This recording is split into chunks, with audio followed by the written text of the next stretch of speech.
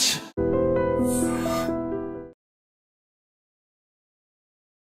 నమస్కారం, welcome to I dream. ధర్మ మార్గం విత్ విజిత కార్యక్రమానికి స్వాగతం.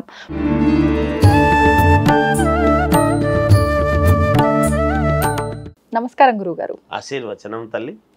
గురుగారు, పెద్దవాళ్ళు చెప్తూ ఉంటారు సూర్యోదయానికి ముందరే లేవాలి అని చెప్పి. అసలు లేవటం వల్ల ఏంటి ప్రయోజనం అనే ఒక క్వశ్చన్ కనుక వేస్తే ఏంటి నిజంగా ప్రయోజనాలు ఏమైనా ఉన్నాయా? లేదు అని అంటే పెద్దవాళ్ళు ఏదో ఒకటి అలా చెప్తూ ఉంటారు, ఇది చేయకపోతే ఇలా జరుగుతుంది, అదొక భయమే అనుకోవచ్చా? శ్రీ మహాగణాధిపతయే నమః. ఐం మహాసరస్వత్యే నమః. శ్రీ లలితాంబికాదేవియే నమః. అమ్మ, చాలాసార్లు చాలా రకాలుగా చెప్పుకొని ఉండవచ్చును. సూర్యోదయాత్ పూర్వము లేస్తే ఏం జరుగుతుంది, ఏమిటి ఉపయోగం? ఇది అద్భుతమైన ప్రశ్న. అంతే కదా, ఉపయోగం ఉంటేనే కదా ఏదైనా. ఉపయోగం లేకపోతే ఏం పని? ఒకటి మనకేమిటంటే అమ్మ, స్నానాలలో 3 రకాల స్నానాలు చెప్పారు. ఏమిటి 3 రకాల స్నానము అంటే దేవతా స్నానం, మనుష్య స్నానం, రాక్షస స్నానం అనేటువంటిది చెప్పినారు. 3 రకాలైన స్నానాలు. ఈ 3 రకాలు ఏమిటి అంటే, బ్రాహ్మీ ముహూర్తములో 3 గంటల సమయములో లేచి 3:30-4 లోపల చేసినటువంటి స్నానాలన్నీ కూడా దేవతా స్నానాలు అన్నాయి. 4 గంటల తర్వాత నుంచి సూర్యోదయాత్ పూర్వము చేసేటువంటి స్నానాన్ని మనుష్య స్నానం అన్నారు. సూర్యుడు ఉదయించిన తర్వాత చేసేటువంటి స్నానాలన్నీ కూడా రాక్షస స్నానం అన్నాడు. సగానికి ఎక్కువ ఈ స్నానమే ఆచరిస్తున్నారు. అంటే అందుకే కదా ఒక మనిషిలో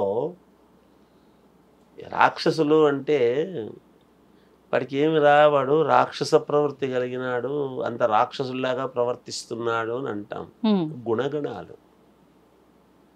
గుణగణాల్లో తేడాలు వస్తాయి. మనము ఆచరించే విధానాలను బట్టే ఉంటాయి ఎప్పుడు. అందుకని ఏం జరుగుతుంది సూర్యుడు ఉదయించే దానికంటే ముందు లేస్తే అంటే, ఒక చిన్న మాట, మీరు ఒక ప్రముఖ వ్యక్తిని ముందుగా పిలిచారు అనుకోండి, పిలిచిన సమయానికి వచ్చినారు, బాగా జరుగుతుంది, బాగా పరిశుద్ధముగా ఉంది అని అనగానే చాలా సంతోషిస్తాడు. ఎవరైనా ఒక ముఖ్యమైన వ్యక్తి ఇంటికి వస్తున్నారు అంటే ఇల్లు ఎలా పెట్టుకుంటారు? మా పై ఆఫీసర్ వస్తున్నాడు అంటే బాగా పెట్టుకుంటారు. అలాగే దేవతలు తిరుగుతారు, నడయాడుతారు ఎప్పుడు కూడా స్థానాల్లో. ఎక్కడైనా కూడా మనం అనుకుంటాం ఆ తెల్లవారుజామున బ్రాహ్మీ ముహూర్తంలో దేవతలు సంచరించేటువంటి సమయము, అలాగే సాయంకాలము తథాస్తు దేవతలు తథాస్తు అనేటువంటి సమయం అని ఒకటి చెప్పుకుంటాం. ఆ ఉదయం పూట దేవతలు దిగొచ్చిన సమయానికి వీళ్ళు స్నానాలు చేసి బొట్టు పెట్టుకొని ఇంటి ముందు కళ్యాపు చల్లి ముగ్గు వేసి ఎప్పుడైతే మనము ప్రశాంతముగా ఉంటామో, దేవతలలో ఒకరైనటువంటి అమ్మవారు లక్ష్మీదేవి అనుగ్రహం రావాలంటే ఎలా వస్తుంది? అలా రావాలి. సరే, మానవులు కదా, ఇంకా కొంచెం ఎగ్జామ్షన్ ఇచ్చి పోని సూర్యుడు ఉదయించేదాన్ని ఎందుకు? మనకు భాస్కరుడు, ఉదయ భాస్కరుడు అంటే మనకు ఆదిత్య హృదయంలో కానీ దీంట్లో కానీ నవగ్రహాలకు రాజు అయినటువంటి సూర్యుడు ఎప్పుడైతే ఉదయించే సమయానికి మనకు లోకం, ఈ లోకం జగత్తంతా కూడా సూర్యుడు ఉదయించే సమయానికి యావత్ ఈ జీవకోటి మామూలుగా అందరూ కూడా లేచి ఉన్నారో, ఆ స్వచ్ఛమైనటువంటి ఉదయించేటువంటి సూర్యుడి యొక్క కిరణాలు మన మీద పడితే ప్రసన్నత, మానసికమైనటువంటి సంతోషము, ఇంట్లో నెగటివిటీ అనేటువంటిది ఉండకపోవటము. నువ్వే స్నానం చేయకపోతే ఇంట్లో తలుపులు ఎవరు తెరుస్తారు? ఆ తలుపులు తెరిచి ఉండాలి. సూర్యుడు ఉదయించే సమయానికి ఇంటి ముందు ముగ్గు, తలుపులు తెరిచి ఉండటము, ఇల్లంతా కూడా శుభ్రముగా ఉంది.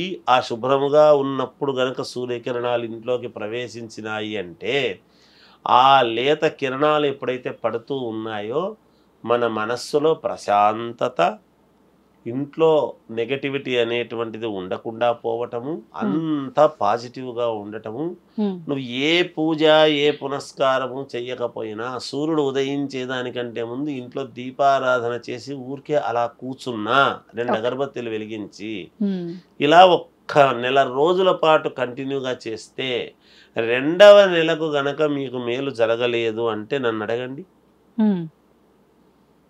ఒక పద్ధతిగా ఒక నియమముగా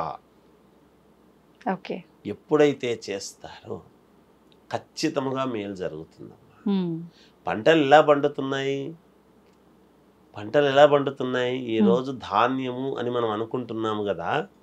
తెల్లవారుజామునే రైతు లేచి సద్ది తయారు చేసుకొని సూర్యుడు ఉదయించే సమయానికి తోటలో ఉండి సేద్యం చేసుకుంటుంటాడు. కరెక్ట్. భూమాతను ఎప్పుడైతే సేద్యం చేసుకుంటూ దానికి కావాల్సినటువంటి నీళ్లు కట్టడము మంచి చెడ్డ చేసుకుంటూ ఉన్నాడో అప్పటికే ఆ పని చేసుకుంటున్నాడో ఆ కిరణాల ప్రసారం వలన ఆ భూమి సంతోషించి ఆ భూమాత మనకు ఇస్తూ ఉన్నది ఆహారం. మరి మనం ఇంట్లో ఇది కదమ్మా పాటించాల్సింది. మనము ఒక నెల రోజుల పాటు కంటిన్యూగా ఒక 30 రోజుల పాటు ఏక దీక్షగా తెల్లవారుజామున లేచి సూర్యుడి కంటే ముందు లేచి ఇంట్లో ఒకరు లేస్తే కాదు మిగతా వాళ్ళందరూ వండుకోనుండి ఒకరు లేస్తే మరి వాళ్ళది సాఫ్ట్వేర్ కదండి వాళ్ళు వెళ్తారు కదండి ఇవన్నీ అనవసరం. లేయాలి అంతే, అందరూ లేవాలి. మరి అందరూ లేచి ఉంటేనే కదా అన్ని రూములు శుభ్రముగా లేచి తుడుచుకొని ఉంటేనే కదా ఉదయం లేయాలి. లేచి ఉండి శుభ్రంగా చేసుకునేసి ఇంట్లో దీపారాధన చేసి మీకు ఏ మంత్రము ఏ అనేది రాకపోయినా పర్వాలేదు కాస్త దీపారాధన చేసి అలా కూర్చొని ఉండిపోతే సూర్యుడికి ఎదురుగా కూర్చొని ఉన్నాము సూర్యకిరణాలు పడేటప్పటికి మామూలుగా సూర్యదేవాయ నమః అనుకుంటే చాలు, మిగతా మంత్రాలన్నీ అనవసరం. అలా అనుకుంటే నీ ఆరోగ్యము బాగుంటుంది, ఇంట్లో మానసికమైనటువంటి ఇది ఉంటుంది, నీకు పనులు కూడా చకచకా జరుగుతాయి. మనం అనుకునేదాన్ని బట్టే ఉంటుంది, ఎప్పుడు మనం మననం చేసుకునే దాన్ని బట్టి ఉంటుంది, మన మనస్సును బట్టి సంతోషం. అందుకే ఎక్కడ చెప్పినా ఏ పూజలో చెప్పినా చిత్త ఏకాగ్రత. చిత్తం అంటే మనస్సు ఏకాగ్రత. ఎక్కడి నుంచి వస్తుంది చిత్తం ఏకాగ్రత? మనము ముందు మనసు ప్రశాంతంగా ఉంటాయి. అప్పులు ఉంటాయి, అప్పుందని పొద్దున్న లేచిన వేళ అనుకుంటే కాదు, అనుకుంటే రాదు.